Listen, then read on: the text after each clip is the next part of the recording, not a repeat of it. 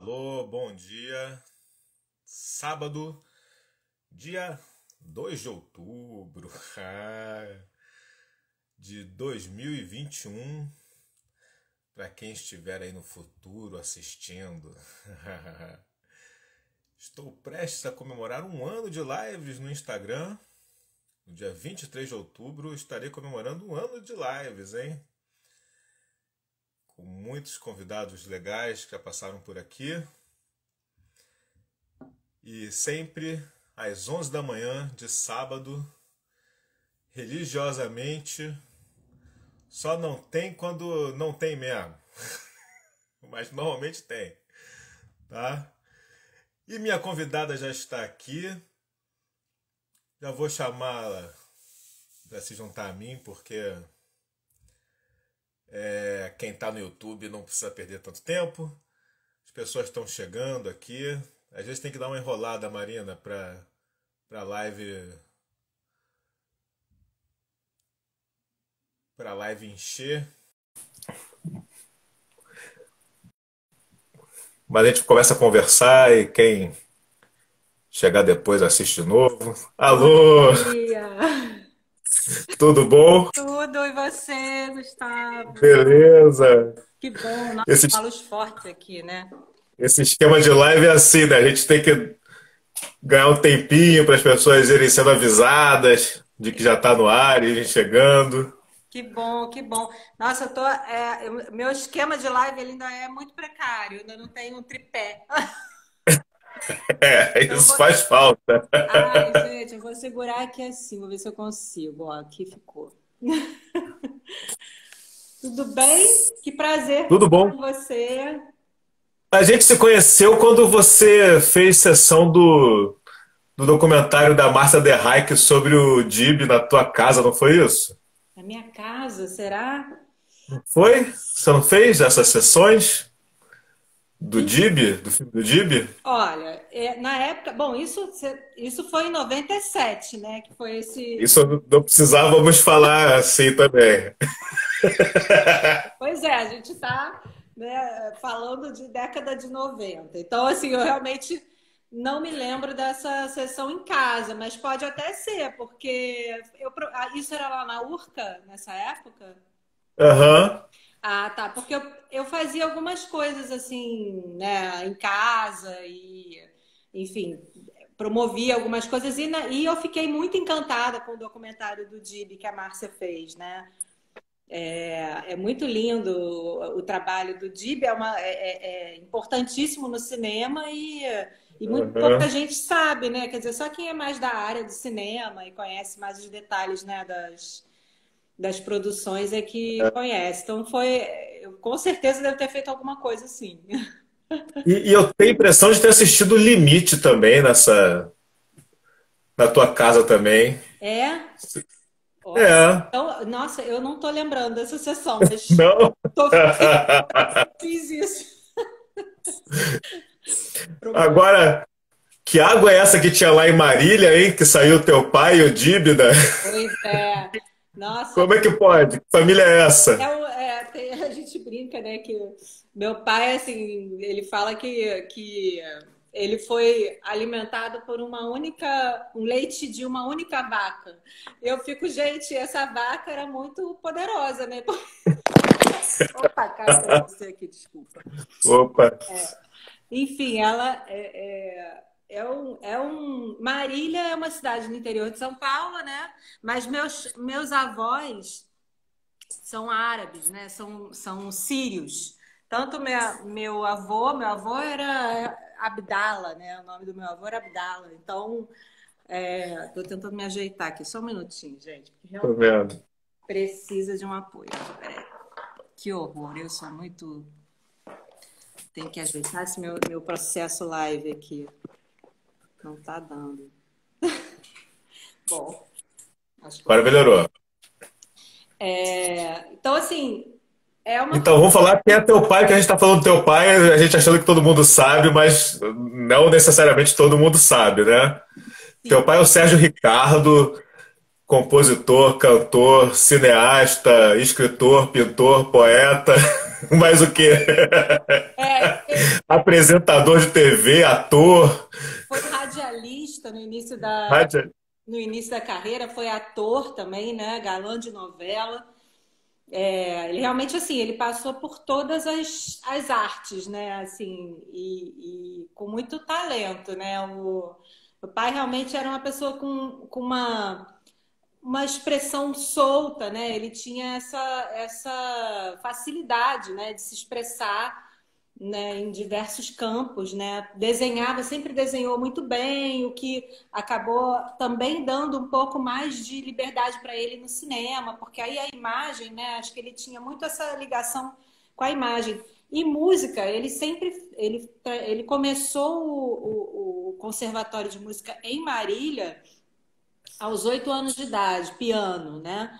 Então ele tem uma formação musical bastante sólida, Muito sólida, né? muito sólida, e ele foi aprimorando isso, né, ao longo do tempo. Nunca parou de estudar, né, Marina, na verdade, né? Nunca parou de estudar. Fez aula com Guerra Peixe, fez aula com Moacir Santos. Imagina, gente, que maravilha. Incrível, né? Incrível. Então ele tem uma formação realmente, porque no piano ele foi até o fim, né? Ele fez piano clássico e depois começou a tocar em noite, é, aos 17 anos. Então ele pegou muita prática, né? Assim, de noite, Largou a escola, Marina? Ele não terminou a escola? Ou ele terminou? a escola normal, É, é terminou, a escola. terminou, às duras penas, mas terminou, mas não Ah, fez tá, porque faculdade. no texto que eu li dava a sensação assim de que ele tinha chutado o balde do tocar piano na noite e pronto. Olha, até onde eu sei, talvez eu não saiba algum detalhe dessa fase, mas até onde eu sei ele terminou. Mas também pode ser que ele tenha largado assim o último ano de colégio, sabe? Mas ele não fez a faculdade, ele não fez, não saiu de lá e foi para uma faculdade. Ele foi Foi pra vida, ter né? a carreira musical e muito cedo ele acabou indo para televisão também, porque aí ele foi chamado, depois que ele foi para as boates e ficava tocando e tal, tinha sempre os olheiros, né, das televisões e tudo, e ele acabou sendo chamado, ele era bonito, né, e tal, um jovem bonito, e aí ele Ah, foi chamado, vozeirão, né? então fotogênico, enfim, então ele foi chamado para ser ator. Agora é incrível, Marina, que é assim, até por ele ter começado muito cedo e ter tanto talento, né? Ele estava em todas, né? Porque ele tá no início da TV, ele tá na Bossa Nova, ele tá no Cinema Novo, ele tá no CPC, ele tá nos festivais, tudo que aconteceu ali, ele tava com uma figura marcante presente, né? Sim, ele teve a sorte de nascer nessa fase, né, do Brasil, em que todos os movimentos também iam surgindo, né, junto com essa geração de pessoas super talentosas. Então ele realmente ele participou do início da Bossa Nova, né, quando ele começou a tocar nas boates, ele substituía o Tom Jobim, né, então Boates eram importantíssimas também nesse momento, né? Se era uma Aquele livro do Rui Castro mostra muito bem isso, assim, né? A importância, a efervescência cultural que surgia das boates ali, né? total, total. As pessoas se encontravam ali, né? Era o burburinho do Rio, né? Enfim, então realmente era. Aí acho que até o próprio grupo de cineastas também se encontrava nesses lugares, eu acho que, né? Tinha essa aura da música nascendo, né? Sendo muito criativa, saindo, cortando muito da linha do samba canção, né? Indo para um samba um pouco mais jazzístico, né? Da bossa nova, mas ainda no samba, né? Enfim, então ele estava ali naquele momento, né? Então é realmente bastante rico o movimento que ele participou, porque ele pôde estar ali, ele ia para a casa da Nara, né? Conheceu muita gente na casa da Nara. É, foi para o Carnegie Hall e nisso ele também começou, como essa história de paralela de boate, né, de piano e televisão, que faz a história dele ser ator, ele começou a se interessar pelo cinema, né, quando ele foi para a televisão. Porque aí ele via o backstage, via toda, né? Inclusive foi ele que incentivou o Dib a Aham. começar a fotografar em televisão, né? Ele conseguiu uma Que é vaga. 4 anos mais novo, né? Eu acho, né? 4 anos mais novo, né? É, De Biara, né? o Dib é acho que 5 anos mais novo, porque ele é eles eram quatro filhos, né? E meu pai era o mais velho e o Dib o mais novo. Mas era escadinha mesmo, um ano atrás do outro. E aí, assim, acho que o Dib deve ter uns 5 anos a menos, né, do meu pai. Ele faria. O Dib Papai. foi pra TV, o Dib foi pra TV, mas o primeiro filme é com teu pai, né? Isso. Ele foi para a TV, então começou na TV, né, através dos contatos do meu pai.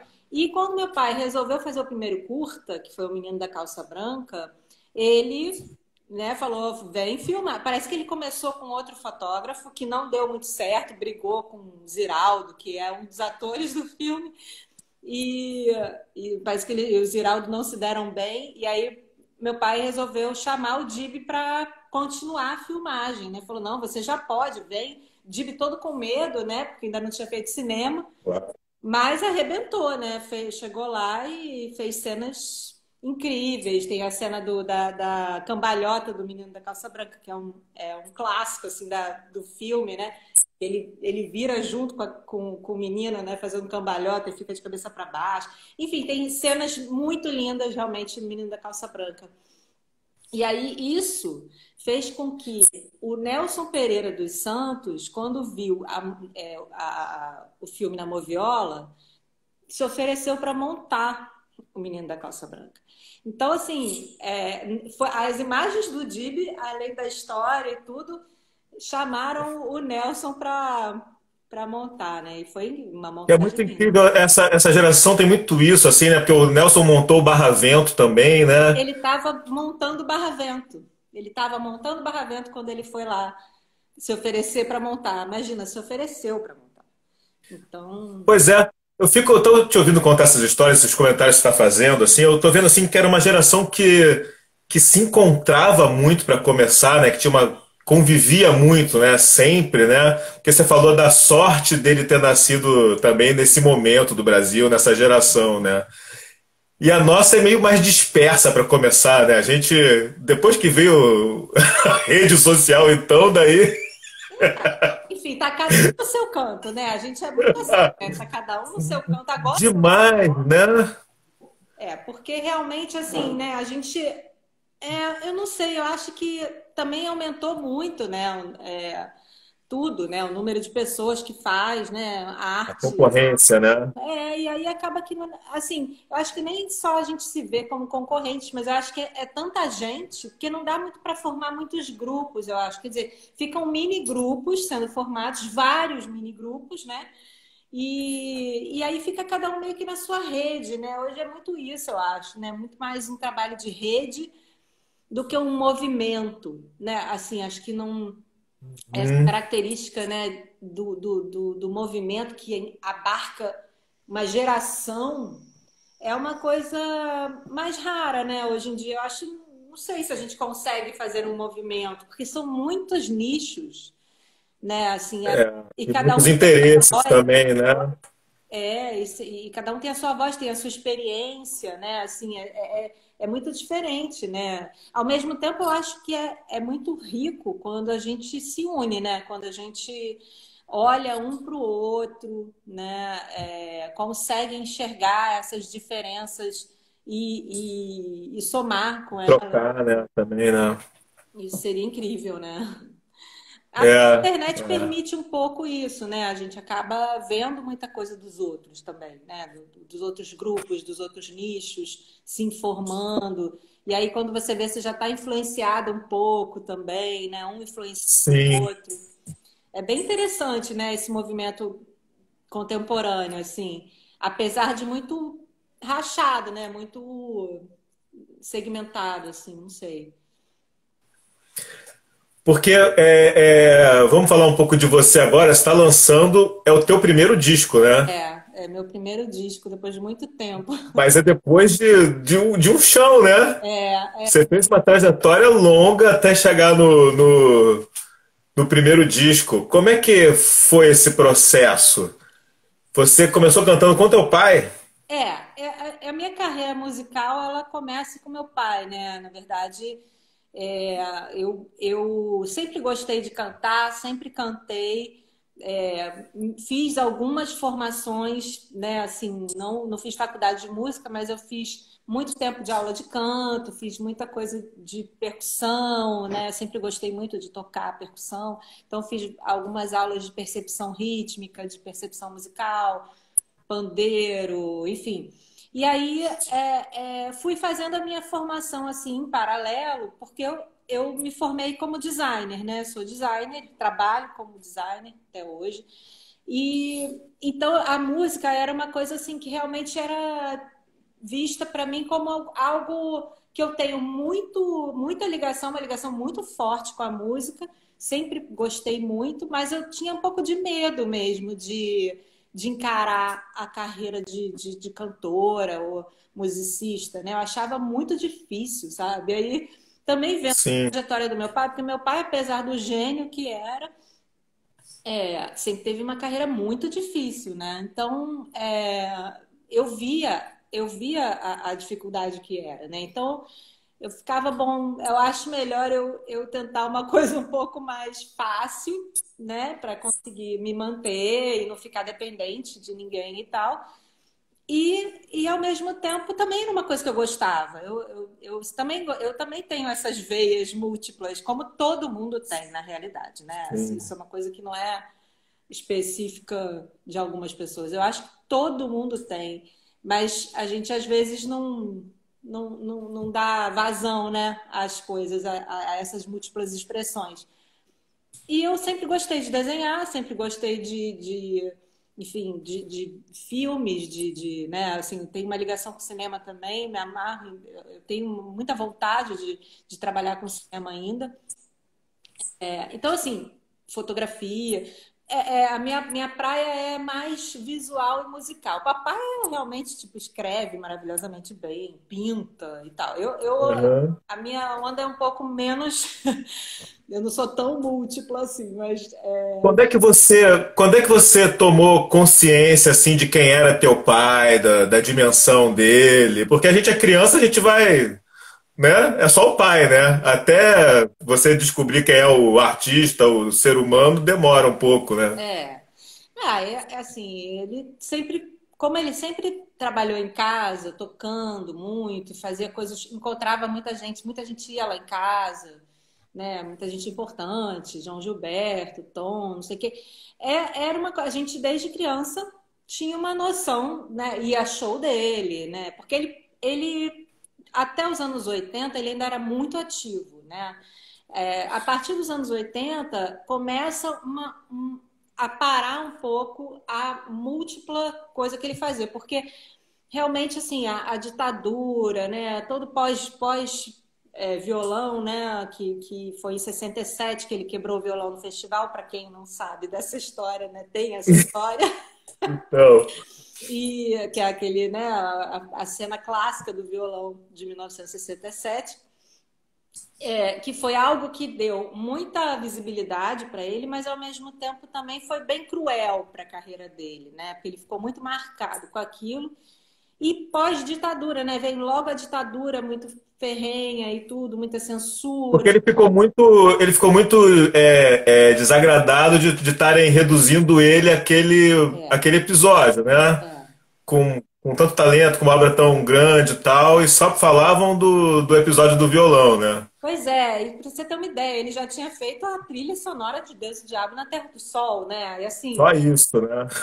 E exatamente. tocado no Carnegie Hall, né? Já tinha tocado no Carnegie Hall lá no show da Bossa Nova. Exatamente, era um expoente da bossa nova que depois acabou rompendo um pouco, não, eu não digo a palavra romper um pouco forte, mas ele foi um pouco dissidente, né, da bossa nova, saiu Sim. por conta até mesmo dos próprios questionamentos em relação aos temas que a bossa nova abordava, né?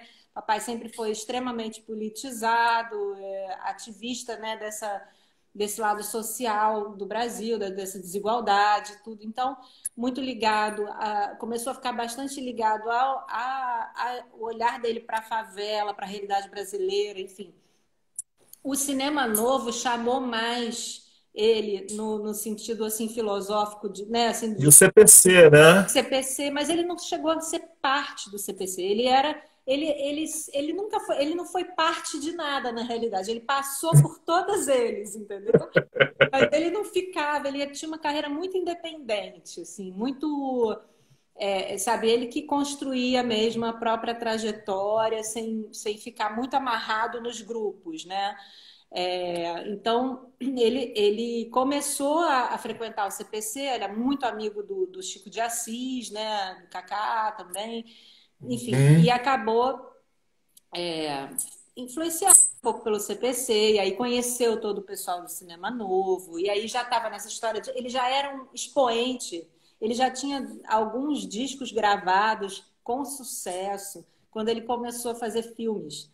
Então ele é um pouco mais velho, na realidade, do que o Arnaldo Jabor, do que o É mais Caio. próximo do Nelson, né? Ele Mais é, próximo do. ele é contemporâneo, na realidade, do Rui Guerra. O Rui Guerra fez 90 anos, né? Papai faria 90 anos ano que vem.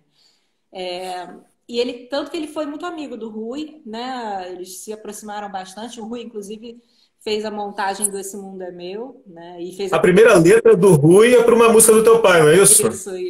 Esse Mundo é Meu, né? Justamente. Aham. É a primeira letra do Rui, que era muito amigo do papai, e o pai tinha feito essa canção, ainda não tinha feito letra, e o Rui adorava a música, e aí o pai botou pilha para ele fazer a letra, e ele fez lindamente, né? E foi gravada por Elis, por Nara Leão. O Rui fez alguns sucessos, né? O Paneguinho é dele, né? Tem umas. Eu nem sabia que o Tem uma. Paneguinho era dele. É, Uau, é. que incrível, é. É, Me enfim. explica a história do violão, que eu nunca entendi, Marina. O que aconteceu ali? Eu só vejo a cena, mas eu não sei por que que ele ficou irritado. O que estava acontecendo ali? Ele, na realidade, ele sabia, assim, ficou sabendo nos bastidores muito dos esquemas, né, que tinha nos festivais, porque o festival nada mais é do que um programa de televisão, né? Então ele precisava de cenas, né? Ele precisava ter aquela dinâmica de Era quase o Big Brother, né? era o Big Brother da época.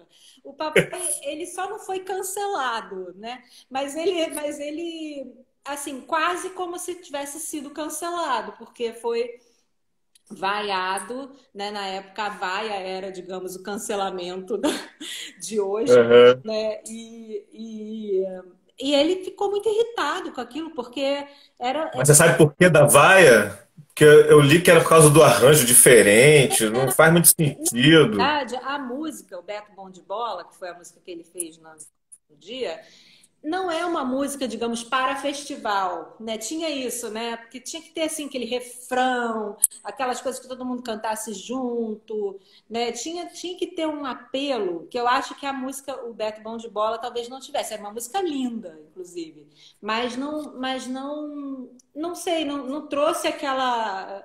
E vaiavam todo mundo, na verdade, vaiavam a maioria das pessoas que estavam ali, né? Então, mas parece que ele, eu acho que com essa história da mudança do arranjo e tal, trouxe mais um elemento para a plateia cair em cima, e eu acho que teve também, segundo até aquele documentário Uma Noite de 67 fala um pouco disso, né? Sim. Que parece que tinha volume para quem estava no palco, volume da plateia, e aumentavam, sabe, faziam assim umas coisas também que davam essa emoção do momento ali. E parece que eles também elegeram meu pai como o bandido Aham. do negócio. Tinha o mocinho e tinha o bandido, sempre, né, nessa história. Eu também talvez já era um cara da TV, já era um cara mais do mainstream também, sei lá, tô chutando aqui, de repente, Eu não sei. Alguma né? coisa aconteceu que ele também começou a ficar muito irritado porque ele não ouvia, ele não se ouvia cantar.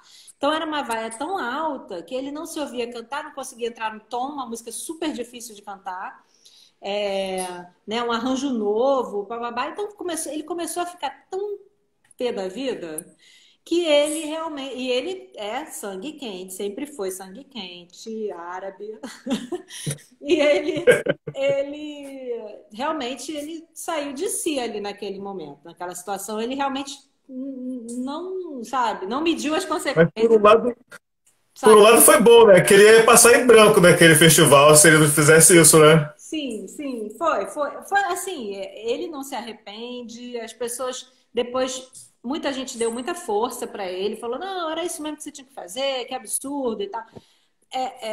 Teve isso, ganhou 1 milhão de violões no dia seguinte, né? Parece que chegava violões, Que legal. engraçado.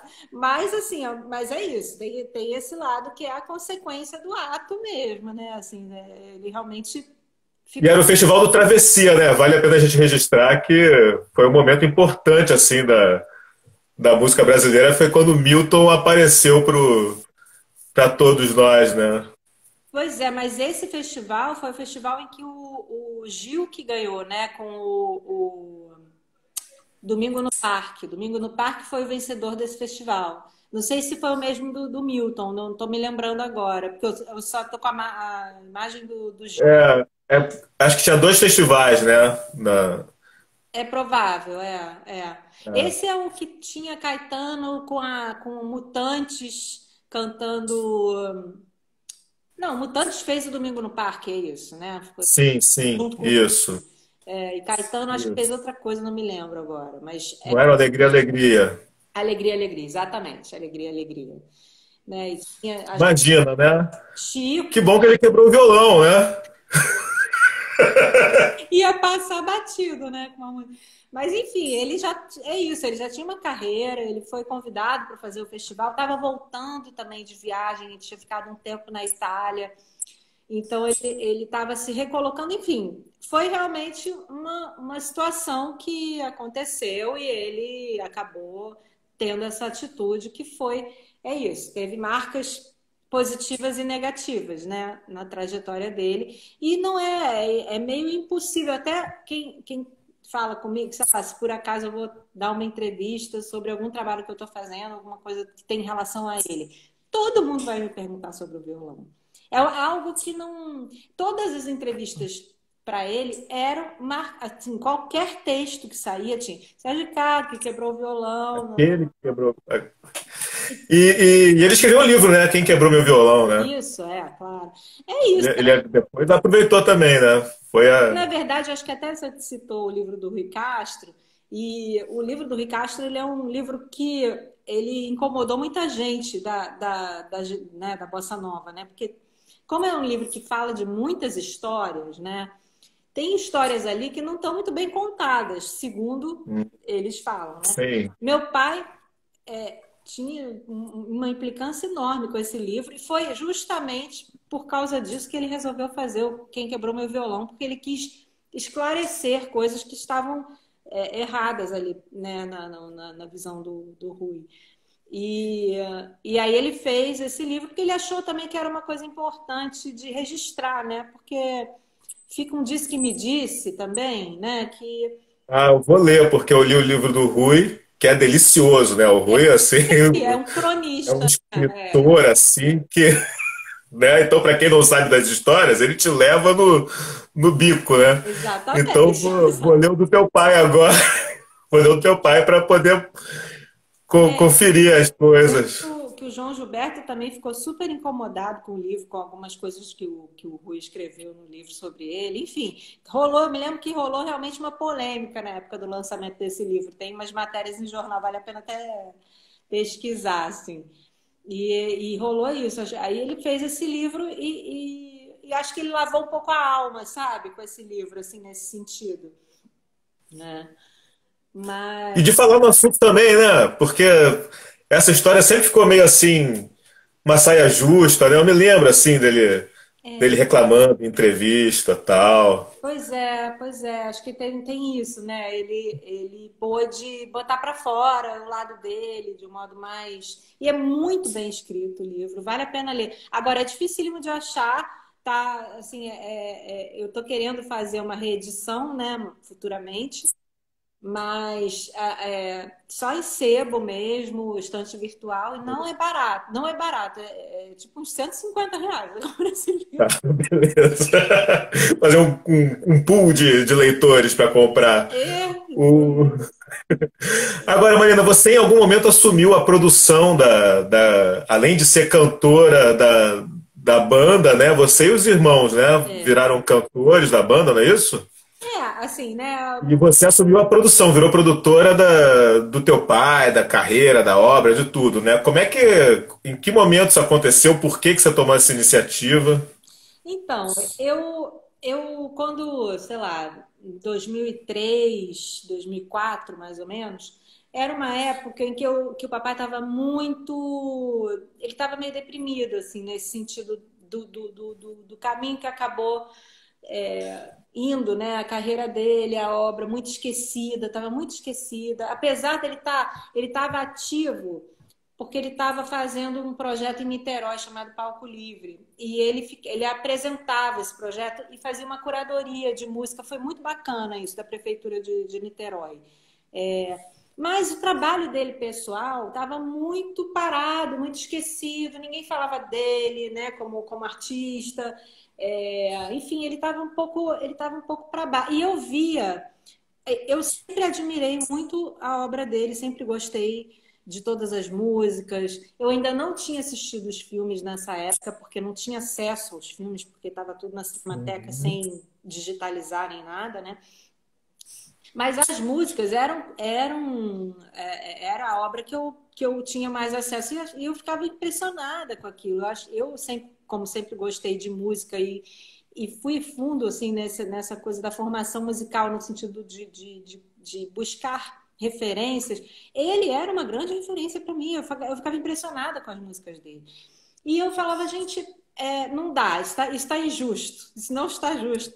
E aí eu comecei como eu já estava formada como designer e estava começando a trabalhar em agências e tudo, eu, eu tinha um acesso à produção, eu conseguia entender a produção, né? Assim, a gente como designer produz muito, na verdade, né? Porque você tem que correr atrás de tudo, tal, para produzir a peça que você está fazendo, aquela coisa. Hum.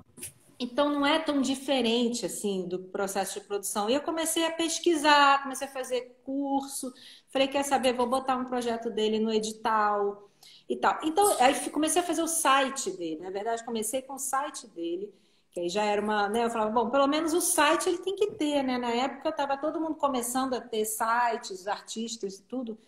E aí eu comecei a correr atrás de fazer para ele, e tentar ajudar um pouco, porque eu via como estava, né, depreciado o trabalho dele, estava muito pouco visto.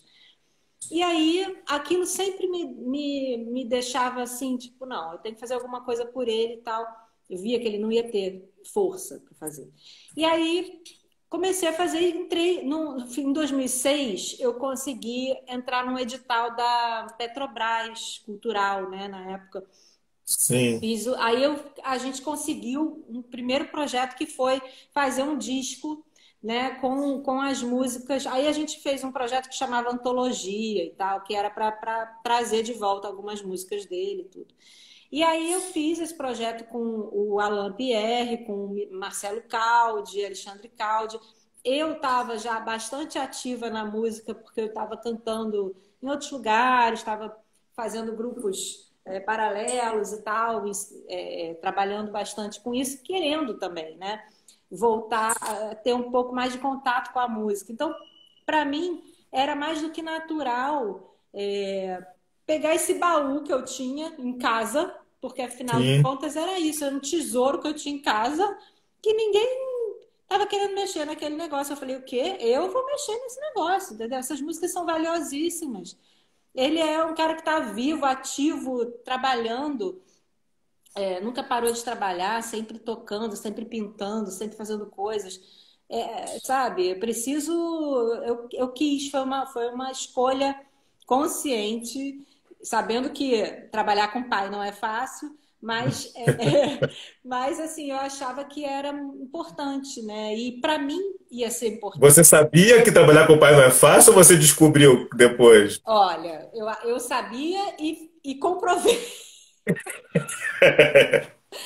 Eu sabia e comprovei. Mas assim, a gente se dava muito bem, a gente sempre foi muito amigo. O papai sempre foi um cara muito generoso, né? E com as gerações, ele sempre teve muita curiosidade com as gerações mais jovens e tudo. E eu comecei a levar amigos, músicos, que aí eu sempre frequentei muito lugares de música, né? O Semente, na Lapa, né? Aquela coisa da Lapa fervescente. Então eu comecei a ficar muito amiga de músicos, né? O Alan, o Marcelinho, o Alexandre, esse pessoal todo.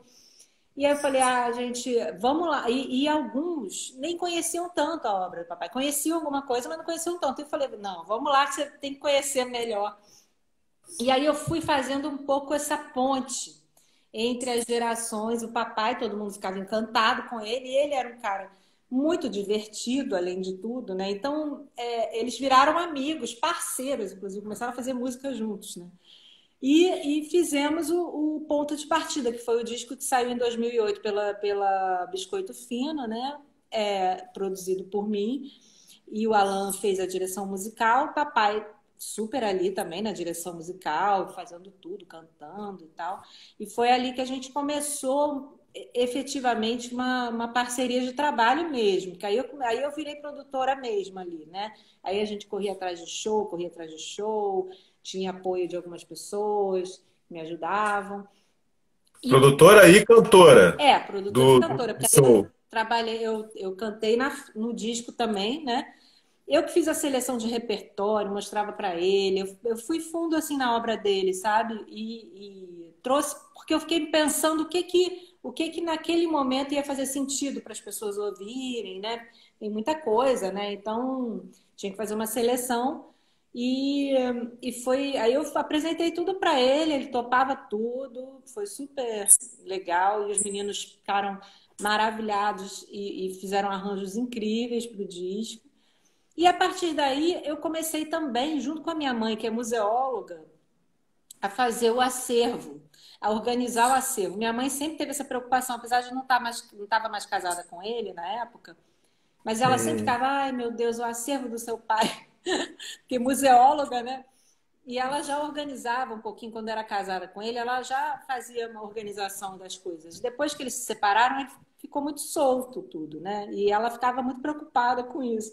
E aí ela, como professora da Unirio, conseguiu um projeto de extensão, isso em 2009. Então a gente já começou fazendo várias coisas. Começou fazendo o ponto de partida e iniciou o processo do acervo, que é muito, muito um trabalho extremamente importante, assim, né? Que eu até hoje trabalho com isso, né? É uma das minhas funções, é a direção do Sérgio Carlos Memória Viva, que é o nome do acervo, né? Enfim, e aí esse foi o processo que me levou a virar produtora e acabei também virando diretora, tanto do acervo, mas às vezes também até de show. Esse último show, Cinema na Música, também foi, eu acabei fazendo essa função, né, de direção artística. Foi outro projeto que eu idealizei, cheguei para ele com tudo, falei, ó, é isso aqui. Porque assim, né? Aí já foi uma etapa em que o cinema dele começou a ser falado novamente, porque ele já tinha tudo digitalizado. Eu já tinha assistido todos os filmes, que eu só fui assistir, sei lá, em 2008, sei lá, que eu fui assistir os filmes do meu pai pela primeira vez, né? E fiquei assim, meu Deus, como assim? Eu nunca tinha, eu não sabia, só tinha visto cartaz, né? Eu nunca tinha visto nada. E eu fiquei Todos são com Dib, né? tudo com DIB, aquela coisa maravilhosa de imagens Eu incríveis. quero te agradecer pelo link do Esse Mundo é Meu, que eu não conhecia, Você viu? Que filme? e vimos ontem à noite. Ai, que E tem momentos maravilhosos, né? E aquela sequência na roda roda gigante. gigante, A roda aquilo gigante é um ali, clássico. o Dib. O que que é aquilo, né, Gustavo? A gente ficou, eu e a Lara, a gente ficou tentando entender o que ele fazia com o Meu corpo para Deus. poder Né? É ir uma que catando. vai para cima, que vai para o lado e eu ficava pensando, gente, se fosse eu ia morrer de medo de ficar ali naquela roda Não, e gigante. a câmera é pesadíssima, né? Era pesadíssima. Ele devia estar super amarrado. Não sei como é que ele conseguia. Talvez, né? pelo documentário que a gente viu sobre ele, talvez nem estivesse também, Talvez né? nem tivesse. É uma loucura. O que ele fazia com a câmera realmente é uma coisa assim, impressionante, assim. Aquela última cena também é linda do abraço, né?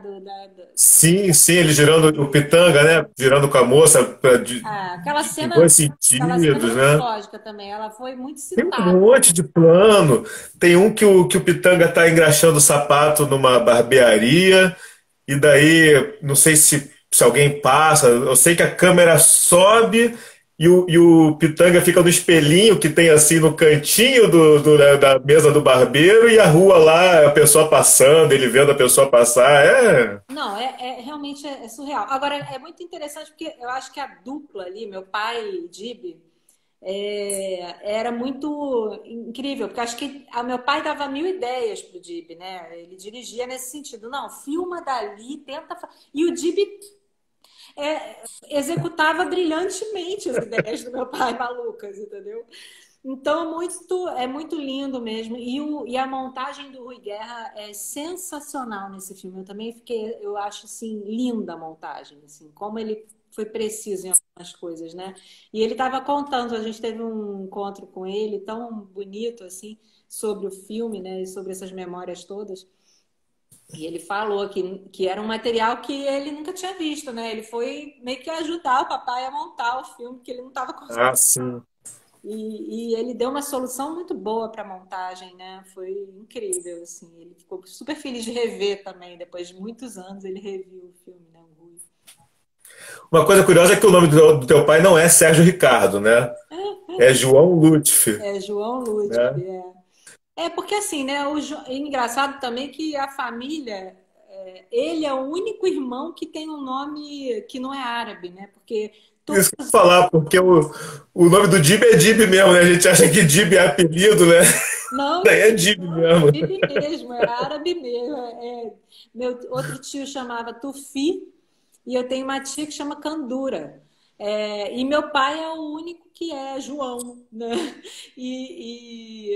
E, assim, Lutfi, né? Eu sei bem como é que é, porque ninguém acerta Lutfi, né? Impressionante. Eu tô arriscando aqui para dizer que meu nome é Marina Lutfi, porque é Luft o tempo todo, né? Ninguém Ah, claro. consegue falar Lutfi.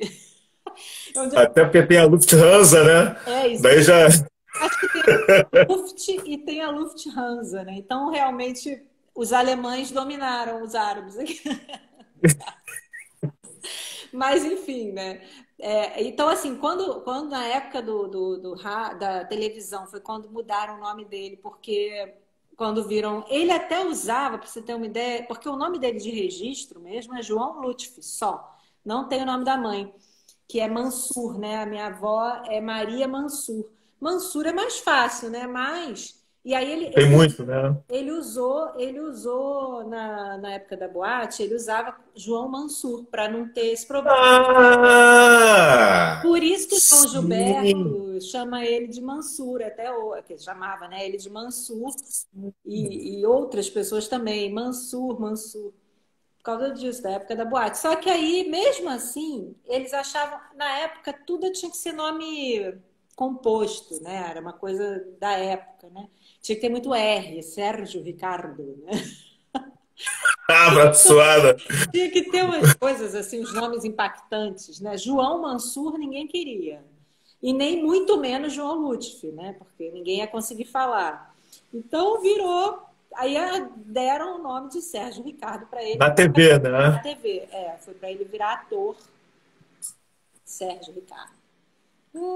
Engraçado. E daí pronto, adotou o nome e Aí o virou, Dib porque continuou Dib. o primeiro disco já foi Sérgio Ricardo, já virou tudo, né? Virou Sérgio Ricardo. Agora, quando é que você começou a gestar o teu voo solo? A gente Porque, começou nessa pergunta e não terminou, na verdade. não foi de agora, né? Não. Esse disco já vinha sendo produzido, né? Pois é, o que que acontece, né? Eu fiquei nessa coisa, nessa trajetória aí que tem muita relação com a obra dele, né? Eu fiz o Ponto de Partida, que foi, na verdade, o disco Ponto de Partida que eu fiz dele foi um incentivo para eu fazer o meu, né?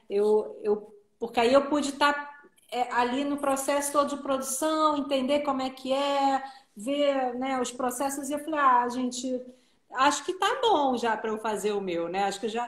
E eu gostei do resultado, né, da gravação e tudo. Eu falei, acho que eu tô pronta para Mas isso lá em 2009, 2008, é. E aí, 2008. só que, mas eu sou muito lenta, sabe, Gustavo? Eu também. Decidir as coisas assim, eu acho uma decisão tão forte, né? Você fazer um disco, você se lançar como cantora. Eu que era sempre do backstage, mais do backstage, né? Trabalhando ali Eu ia pra frente com ele, mas aí eu tava ele ali, ele que é o artista, né? Eu ficava mais ali na função de apoio e Não, tal. mas o resultado do teu disco como cantora é impressionante. Não, não é primeiro disco de jeito nenhum. É uma É, cantora, cantora de verdade e uma voz linda, uma segurança, afinação, divisão, tudo, interpretação, tudo ali. É um grande disco esse que você fez. Você que está de bom. parabéns por tudo, assim, porque é toda a produção, os arranjos, repertório. Que bom, obrigada. Eu adoro, pô, é tão bom saber a opinião das pessoas que estão no meio, né? E a gente sabe que é um ouvido atento, né? E, pois é, porque é isso, eu fui realmente aperfeiçoando o meu cantar, né? O meu interpretar. Essa parte do ritmo e tal é uma coisa que sempre foi muito natural para mim. Assim, essa musicalidade rítmica é uma coisa que tanto meu pai ficava, você tinha que cantar, você tem que. A minha voz, ela foi realmente aprimorando com o tempo. Eu já sempre tive a voz um pouco mais retraída, então assim, eu fui trabalhando esse timbre, né? E essa Emissão, né? emissão, exatamente. Então, isso foi muito importante no meu trabalho com a Angela Hess, que é a professora de canto maravilhosa que eu tive por muitos anos, que me ajudou muito a soltar essa voz, né? E aí, aos poucos, e aí eu fui exercitando esse lugar de cantora ao lado do meu pai. Realmente foi um grande exercício para mim, porque as músicas do meu pai são dificílimas de cantar, né? Não, e ele cantava, cantava mesmo, né? Ele também tem muito afinado e E é assim, cantava pra fora, né? Não tinha. cantor mesmo, uma voz lindíssima. Papai sempre teve uma É, voz lindíssima, um timbre diferentíssimo, que a minha irmã meio metade, me né? herdou muito o time do meu pai. Minha irmã canta lindamente. Nós todos temos muita musicalidade enfim, temos essa. Mas vocês não estudaram piano, não tiveram assim uma formação musical. Olha, eu estudei violão pouco tempo, toco violão, gosto de tocar, mas é uma coisa assim muito. Eu não me arrisco a fazer um show de violão, não. Assim, eu teria que ficar muito tempo estudando, né? Eu resolvi embarcar mesmo no canto e assim, aí uma vez ou outra eu pego um instrumento para tocar, uma percussão, alguma coisa para acompanhar o percussionista, mas eu tenho, em geral, tem que ter um percussionista, porque é muita coisa, você cantar e tocar ao mesmo tempo, eu acho um desafio, assim. Eu tenho muita vontade de ainda aprimorar esse lado mais instrumental, né? Eu gosto, eu gosto. E eu gosto da ideia de poder fazer as coisas sem ter que ter um músico junto, né? Eu acho essa coisa bacana, assim.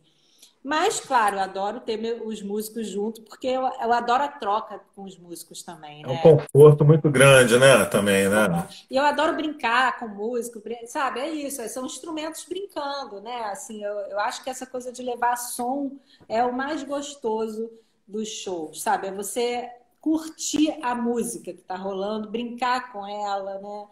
E para o cantor só cantar é uma liberdade muito grande, né? Por melhor que você toque o instrumento, É, muitas vezes ali na hora de dividir e tal, se acaba, né, se limitando um pouco, porque são duas coisas que o seu cérebro tem que fazer, você acaba ficando um pouquinho mais quadrado às vezes. exatamente. Eu acho um desafio essa coisa de cantar e tocar ao mesmo tempo. Eu acho bem difícil. Mas por isso que para mim, assim, eu adoro estar no lugar ali desse instrumento, que já é a voz, né? Você já está ali interagindo com os instrumentos. Esse Claro. é o grande barato para mim, assim.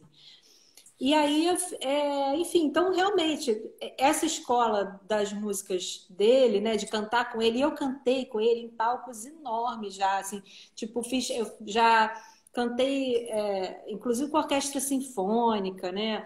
Então, realmente, eu fui consolidando uma formação musical onde acabou que ele foi a minha maior escola mesmo, né?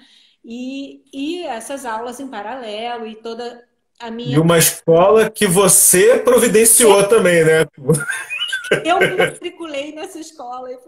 Você criou a escola e se matriculou, né? Exatamente.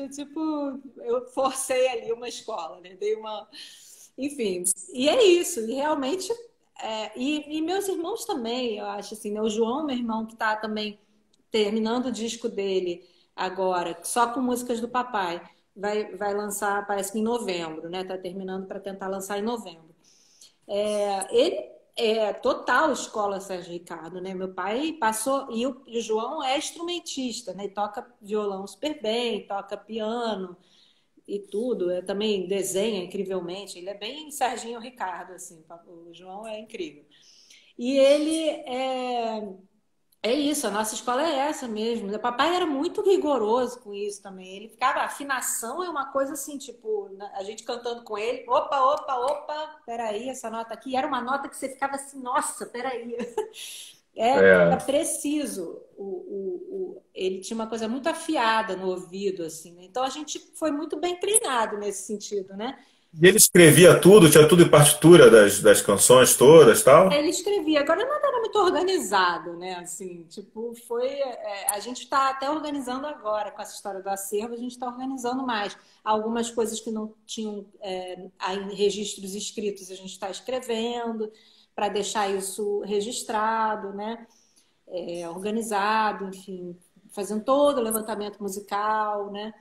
Então, está sendo um trabalho bem bonito. E o João, inclusive, é o meu parceiro nesse trabalho também, né? Junto com outras pessoas. Tem uma equipe maravilhosa que trabalha comigo no acervo, que são Vocês pessoas. têm um selo, né? É É, isso, junto? essa história do selo aconteceu agora, né? Eu que resolvi abrir o selo. Porque, assim, com a morte do papai, né, no ano passado, a gente, nessa questão inventário e tal, eu achava mais justo a gente ter um lugar onde a gente fosse receber os direitos autorais, essa coisa toda, que é bem pouco, na realidade, sempre foi pouquíssimo direito autoral. Ele é muito pouco executado, né? Então, mas de qualquer maneira, eu achava que ia ser interessante a gente ter uma empresa familiar para poder fazer o recolhimento disso e a distribuição disso e poder também reinvestir esse dinheiro, que, mesmo que pouco, a gente pudesse apoiar o acervo, né? Ter essa coisa. Então, eu falei, gente, vamos abrir uma empresa. Nós nunca fomos sócios, né, de empresa. Falei, vamos abrir uma empresa que é uma produtora cultural, na realidade, e que vai também poder ser selo, poder ser editora, poder ser, né, produtora de cinema. Sim. Então, a gente criou essa empresa e o meu disco está saindo pelo meu selo, que é o Cacumbu, né? Sempre foi o nome da minha empresa como designer, né? E depois virou produtora e agora é produtora, mas é produtora selo, é tudo ao mesmo tempo. Então, eu estou querendo, em algum momento, fazer isso ficar mais profissional, assim, no sentido assim, né, de poder abarcar outras obras, né, outros intérpretes ou cantores, enfim, artistas, além da gente. Mas a ideia sempre foi a gente ter a obra dele dentro desse selo, né? Tudo que a gente puder trazer para o selo, a gente vai trazer. Tem coisas que a gente não vai poder, que são de majors maiores e tal. E as edições também. Então, a gente está tentando, né, fazer esse percurso mais independente e, ao mesmo tempo, com mais controle, né, do que a gente tem, poder receber por isso, né, enfim. Então, foi esse objetivo, né? Mas ainda está muito no começo do processo, né? Tudo dá muito trabalho, né, Gustavo? É muita coisa. Claro. Tudo, a gente tem que fazer rede social de tudo, né? Tem que fazer site de É. tudo. Então, Além disso, né? é impressionante, né? Assim, o que que hoje é exigido do próprio artista, né? Ou dos produtores que trabalham com arte, é um nível de entrega que você tem que ter, né? Que é bem, bem alto, né? É. E vamos voltar para o teu disco. Isso. Esse processo de maturação, de escolha do repertório, porque você gravou em vários momentos, né? Pelo que eu entendi. É, Você não foi de uma leva só, né? o que aconteceu? Eu fui fazendo, assim, né? Você conhece bem o Flávio Mendes, né? Nosso amigo maravilhoso. E que a gente se conhece até, acho que do Equali também, né? Você, Sim, sim, sim. né? Eu lembro bastante de você no Equali. E eu assistia muito os shows do Equali por causa da Ana Amêndola, que acho que até alguém citou aqui nos comentários. A Ana, minha querida amiga, inclusive sócia de uma Minha querida amiga também. é, e a Ana, enfim, ela é minha amiga de faculdade, né? Fez design também. E eu ia muito lá no Equali. E conheci vocês todos, conheci o Flávio, que é esse meu parceiraço, diretor de musical do disco.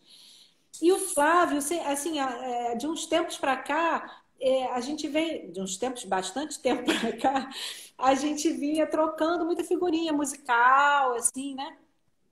E teve um momento que aí, assim, quando eu lancei lá o ponto de partida e tal, que eu quis fazer o meu disco, eu ainda demorei, né? Que foi o que eu falei, né? Eu sou muito lenta. Eu demorei um pouco para dar o primeiro passo. E lá para 2013, encontrei Flávio, e porque também tem isso, né? Você precisa de um parceiro para fazer isso. Não, eu não ia conseguir fazer isso sozinha. E eu não estava afim de. Eu estava querendo ver quem era esse parceiro, sabe? Eu ainda estava em busca dessa parceria. E aí eu encontrei com o Flávio um dia, e o Flávio botou uma pilha assim, que eu falei, cara, eu acho que o Flávio vai ser um ótimo parceiro para esse trabalho. E aí, isso foi em 2013.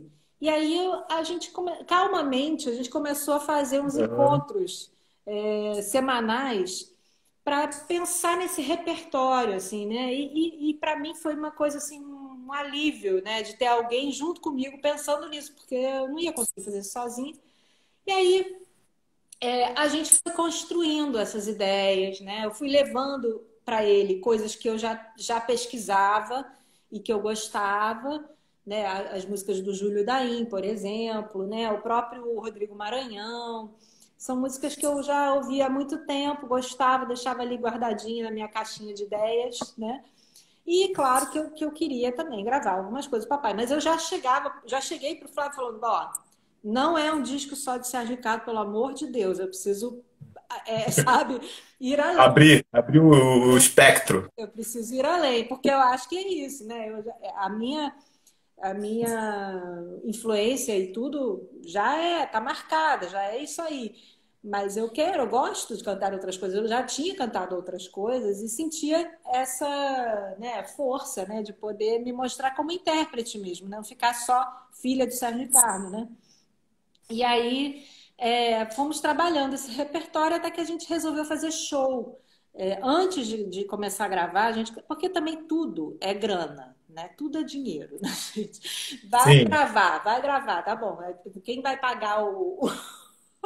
Eu tinha que trabalhar, eu tinha que fazer dinheiro. Eu nunca fui uma pessoa endinheirada, minha família sempre, né? Assim, é tudo muito difícil, né? Então, a lentidão tem a ver com isso também. Eu não tenho os recursos para fazer tudo muito rápido, né? Então, claro. e trabalhando, trabalhando, trabalhando. Esses encontros iam me alimentando essa alma, sabe? De cantora que eu sempre tive, que eu queria fazer e tal. E aí o Flávio, a gente fez esses shows no Semente, que aí a gente falou, vamos experimentar esse repertório. E eu achava que eu tinha que experimentar a interpretação. Eu sempre tive muita exigência com essa questão. Eu sou uma pessoa extremamente exigente, por isso que também eu demoro muito para fazer as coisas. Mas é comigo mesma, né? Assim, principalmente. Sim. Então, eu falava, não, eu preciso experimentar, eu não quero ir para um estúdio fazer isso virar uma coisa, É, né, registrar um lado que eu ainda não sei, eu preciso ver se está legal, se não está, se eu estou soltando o que eu quero soltar. Toda a questão emocional, eu acho que, nossa, o canto é um espelho da gente, né? Assim, é uma coisa que mostra muito quem a gente é. né? A nossa história, as nossas marcas. Eu acho que tem muito isso. Assim, eu dou muito valor a esse trabalho, porque eu acho que ele mostra muito a sua personalidade mesmo, né? E eu não tô a fim de montar uma personalidade, não é esse o meu objetivo, né? Eu não quero ter um personagem, eu quero ser eu mesmo cantando, né? Podendo ser eu mesmo. Que é muito difícil, né? Porque você estava cantando em grupo, né? No trabalho do teu pai ali, você estava Eu tava ali Eu, por com. exemplo, eu senti muito isso depois de ficar muitos anos na Equali. Uhum. Quando eu fui fazer meu primeiro disco, que era eu não sabia nem exatamente qual era a minha voz Isso. sozinho, entendeu? Aham. Você então que cantava em coral é mais ainda, né? Porque a gente É, solava, né? A gente sempre solou muito em shows do papai. A música tal era minha, a música tal era do João, a música tal. Ou às vezes a gente fazia um coro juntos, mas né, em pontos específicos da música, mas eu tinha noção da minha voz, assim, né? Mas eu queria ter um pouco mais, porque é corpo, né? Não é só voz, é corpo, né? claro. E então sabe, eu acho que tudo isso mostra muito, né, quem você é, como você viveu a sua vida. Então são tantas nuances que eu fui percebendo e querendo aprimorar antes de imprimir isso numa gravação, sabe? Que foi super importante para mim fazer essa experiência do Semente. E aí eu fui, fiz assim uns, sei lá, uns 5 shows no Semente, em tempos diferentes, em épocas diferentes, e comecei a gravar. A gente resolveu começar a gravar em 2015, né? Lá com o David, marido da Ana, David Brinkworth, que maravilhoso, né? Um engenheiro de som da pesada. E aí eu até chamei o Henrique Band, que aí o Flávio começou a fazer todos os arranjos, a gente selecionou as músicas, né? E eu chamei o Henrique, porque o Henrique é um grande amigo meu de muitos anos, um super músico, arranjador, né? De sopro. Sim, conheço. E a gente já ensaiou algumas parcerias também desse trabalho. Eu ia fazer inicialmente esse trabalho de disco com o Henrique, mas o Henrique estava muito enrolado, não tinha tempo. Aí acabou que o Flávio abraçou e foi maravilhoso. Só que aí eu fiquei com aquela coisa tipo, vou chamar o Henrique para fazer pelo menos algum arranjo, né? Ele ficou todo feliz e ele me presenteou com 2 arranjos maravilhosos do disco, que é o Barra Vento e o Aie, né? E com sopros a gente conseguiu fazer, né, realizar isso. Foi incrível, porque é Uhum. isso, cada hora, Incrível, incrível. né? Aí eu tinha que parar, porque É. eu não podia fazer a sequência direto do disco, porque eu não tinha dinheiro para fazer isso, entendeu? Então o processo ele foi lento muito por causa disso mesmo. E aí eu parava, trabalhava, conseguia juntar uma outra grana e voltava para o estúdio, fazia mais Mas umas. aí teu pai estava acompanhando assim de longe, ele sabia disso tudo, porque ele estava vivo, né? Tava. Ele acompanhava, mas eu fazia questão de não mostrar nada. Porque como ele era muita influência, né? Ele era uma influência muito forte para mim. Eu falava para ele, pai, eu só vou te mostrar no final. Não quero que você dê opinião nenhuma, porque é isso. Eu queria fazer uma coisa com, sabe? Sim. Eu sei muito bem o que eu quero, sabe? Eu tenho umas coisas assim. Eu pensava, não, toda a influência que ele já me passou já é suficiente. Eu quero agora eu poder trazer elementos mais contemporâneos mesmo, porque também senão fica uma cabeça de um homem de 80. Eu não quero, eu não sou uma pessoa de 80, né? Eu ouço muita coisa, eu ouço muita música que ele nunca ouviria, né? Que ele detesta, ou que, sei lá, ele detestava, né? Mas às vezes ele gostava também, ficava surpreso com certas coisas que eu mostrava para ele. Sim. Então, assim, eu não queria exatamente que ele me influenciasse e me trouxesse para um tempo que não era o meu. Eu queria, sabe, ter o meu momento, junto com os meus parceiros, enfim, né? E aí foi muito legal, porque ele ficou super feliz. Né, ele adorava tudo que eu mostrava para ele, ficou assim orgulhosíssimo, né? Então, e aquela música que ele canta um trecho, ele gravou pro teu disco ou você pegou uma gravação já pronta? Não, ele gravou para o meu disco, que eu já tinha gravado praticamente todo o disco, estava tudo feito. E quando ele ouviu a gravação do Barra Vento, que é essa música que ele participa, e é uma música que é dele e que ele sempre apontou para a composição onde ele mostrava o contracanto, né, que existe nessa música, que é Sim. lindo, que é característico realmente dessa música, e que no arranjo do Henrique, quem estava fazendo o contracanto comigo era o clarone, era um instrumento grave, bom, mas ele sentiu falta da letra, né? Ele falou: Ah, não, peraí, você não vai fazer o contracanto? Esse Clarone sou eu, né? Aí eu falei pro Flávio, eu acho, mandei, Flávio, papai deu esse toque do contracanto. E aí a gente meio que falou: vamos chamar ele para fazer. Até então, você vê, eu nem estava querendo chamar meu pai para participar, um absurdo, né? Depois eu até penso, falo, nossa, que horror. Não, Mas quando entrou a voz dele, a gente começou a chorar aqui em casa. mas é isso. É o Ficou que tão bonito. E vocês timbram bem, né? é. Não, foi a cereja do bolo. Foi a cereja do bolo. Eu acho que assim, que bom que ele deu esse toque, que bom que a gente teve a luz de falar, lógico, vem gravar. E ele foi com a maior generosidade, foférrimo, foi lá, subiu as milhões de escadas do Carlinhos Fux para fazer 80 e tantos anos.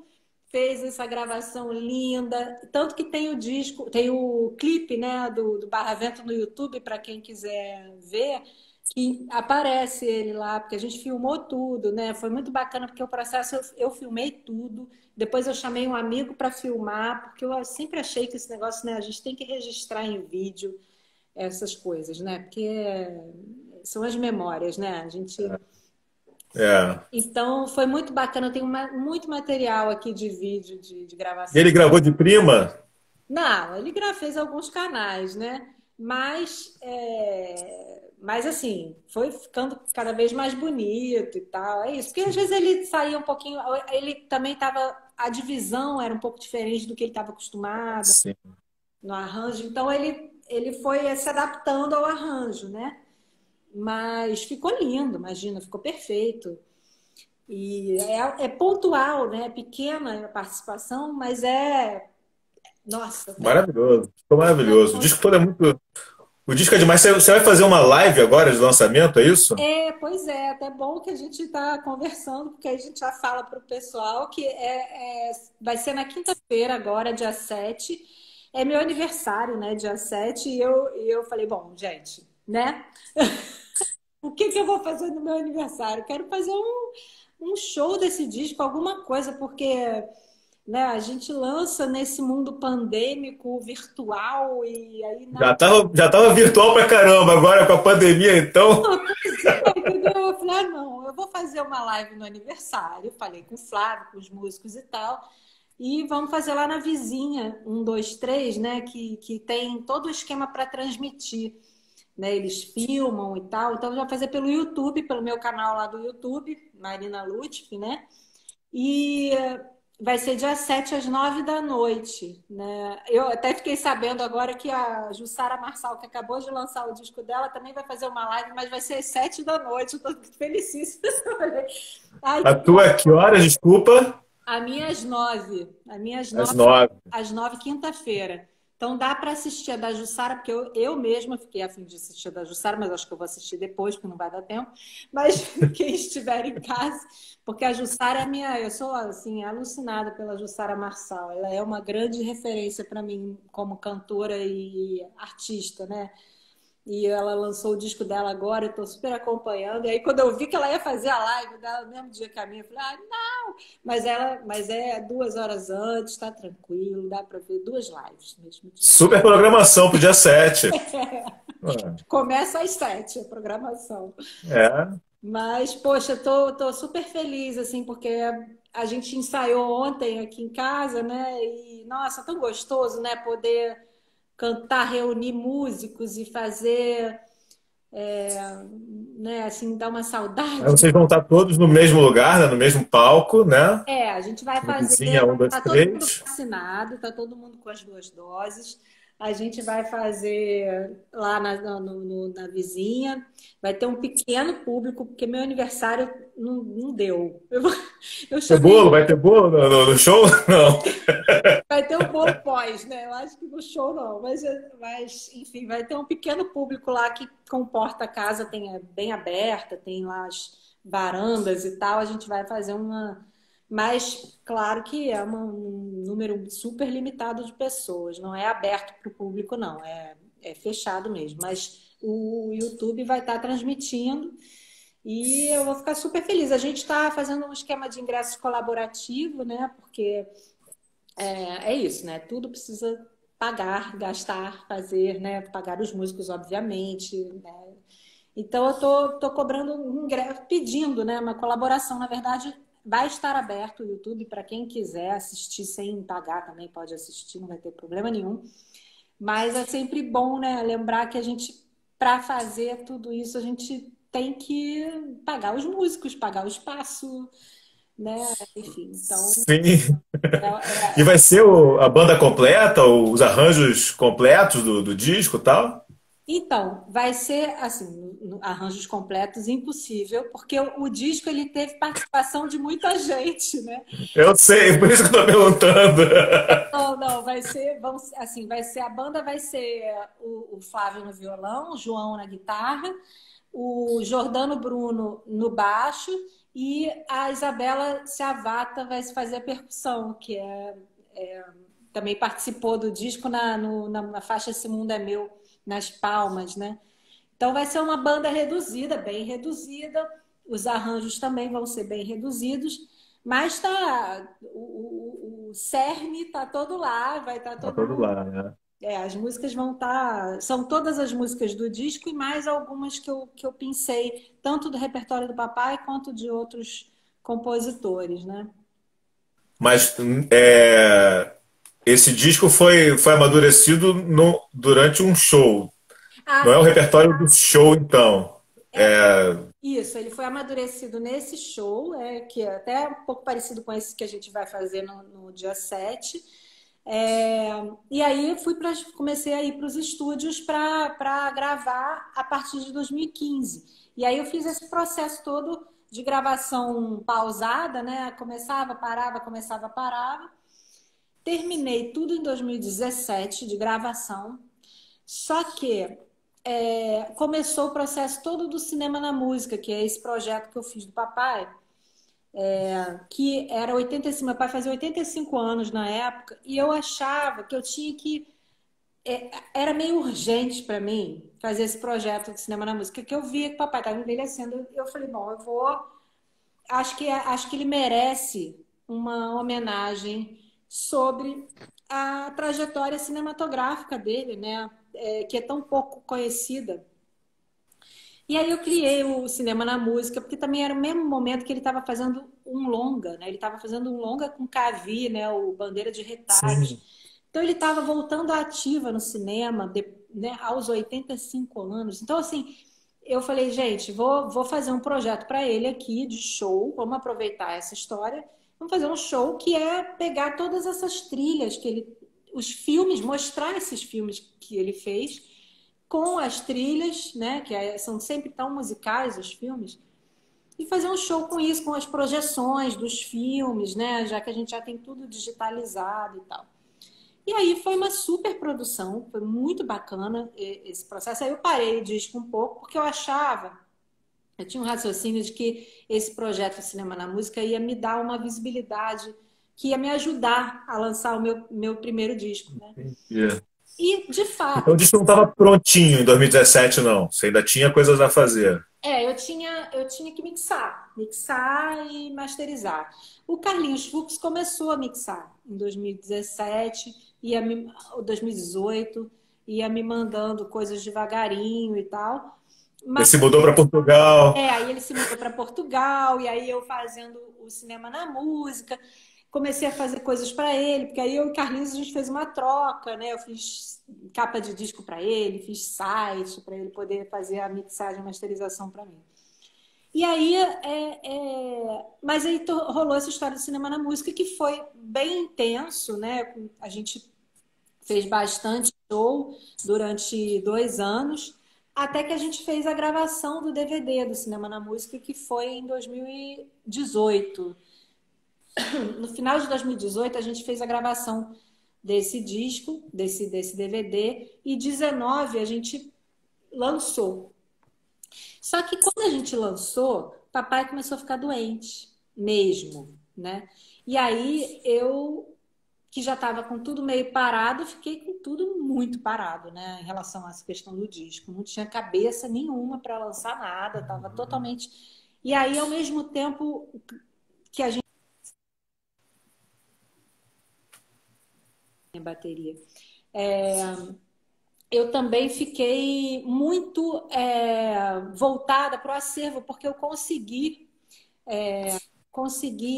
um apoio do Itaú Cultural para fazer o acervo, né? Então, assim, realmente, o disco ficou parado de 17, 18 até agora, que aí eu comecei, aí eu retomei o projeto em 2021 mesmo, porque aí papai faleceu em 2020, todo o processo pandêmico, a gente lançou o, o acervo, né, digital, a gente fez todo um processo que eu não tinha condições de me dividir em mais do que eu já estava dividida ali, né? Então, eu vou ter que pegar vou ter que pegar o carregador, mas enfim. Então, assim, posso ir andando aqui, gente? Tudo bem? Sim, sim. Vou pegar o carregador. Mas vamos Mas lá. a gente também pode, já estamos em 1h20 já de conversa, a gente pode fazer esse serviço final Verdade, a também gente já está 1h20. de chamar as pessoas para ouvirem o disco, né? Além de irem lá no sergioricardo.com, né? Para ver esse trabalho todo que você fez, né? De reunir tudo. Tá sensacional também a estrutura do site, de fazer busca, de ver as coisas todas, tudo lá reunido, né? Sim. Tem uma parte de que a pessoa pode colaborar também, né? Produzir coisas para vocês, não é isso? A gente tem uma parte lá no site do acervo que chama Expressões, que a gente convida as pessoas a mandarem expressões, pode ser do trabalho pessoal, artístico, ou inspirados na obra dele, mas que seja um trabalho que tenha alguma identificação, né, que seja com o trabalho dele para a gente colocar lá. Pode ser, inclusive, alguma análise sobre o trabalho dele ou alguma coisa assim. Mas a ideia é a gente expandir cultura, né? Mostrar o trabalho das pessoas também, não só o dele, mas de outras pessoas também, né? E poder falar sobre o trabalho dele, sobre essas múltiplas expressões que todo mundo tem, todo mundo carrega isso de alguma forma, né? Então, a nossa ideia é incentivar esse lugar, né? Da gente mostrar trabalhos das pessoas num espaço virtual que todos possam ver, enfim. Fazer cultura Muito junto. legal. Legal.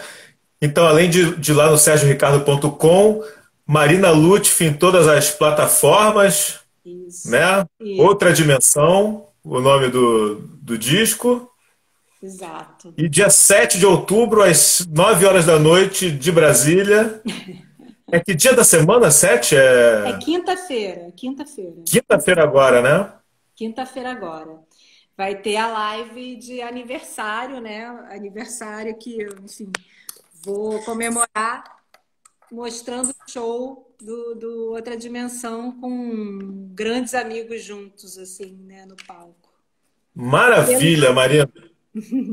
Olha, eu te desejo muito sucesso, uma longa carreira solo daqui por diante, que os próximos discos venham mais rápido, Pois não, certamente, certamente, Gustavo.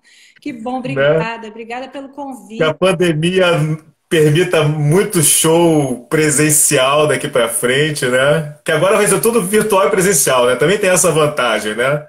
Sim, eu acho que vai ser Agora, essa dobradinha, né, de coisas. agora não tem mais por que regredir também, né? Exatamente, exatamente. Que bom, obrigada. Adorei conversar com você, né? A gente tá conectado aqui.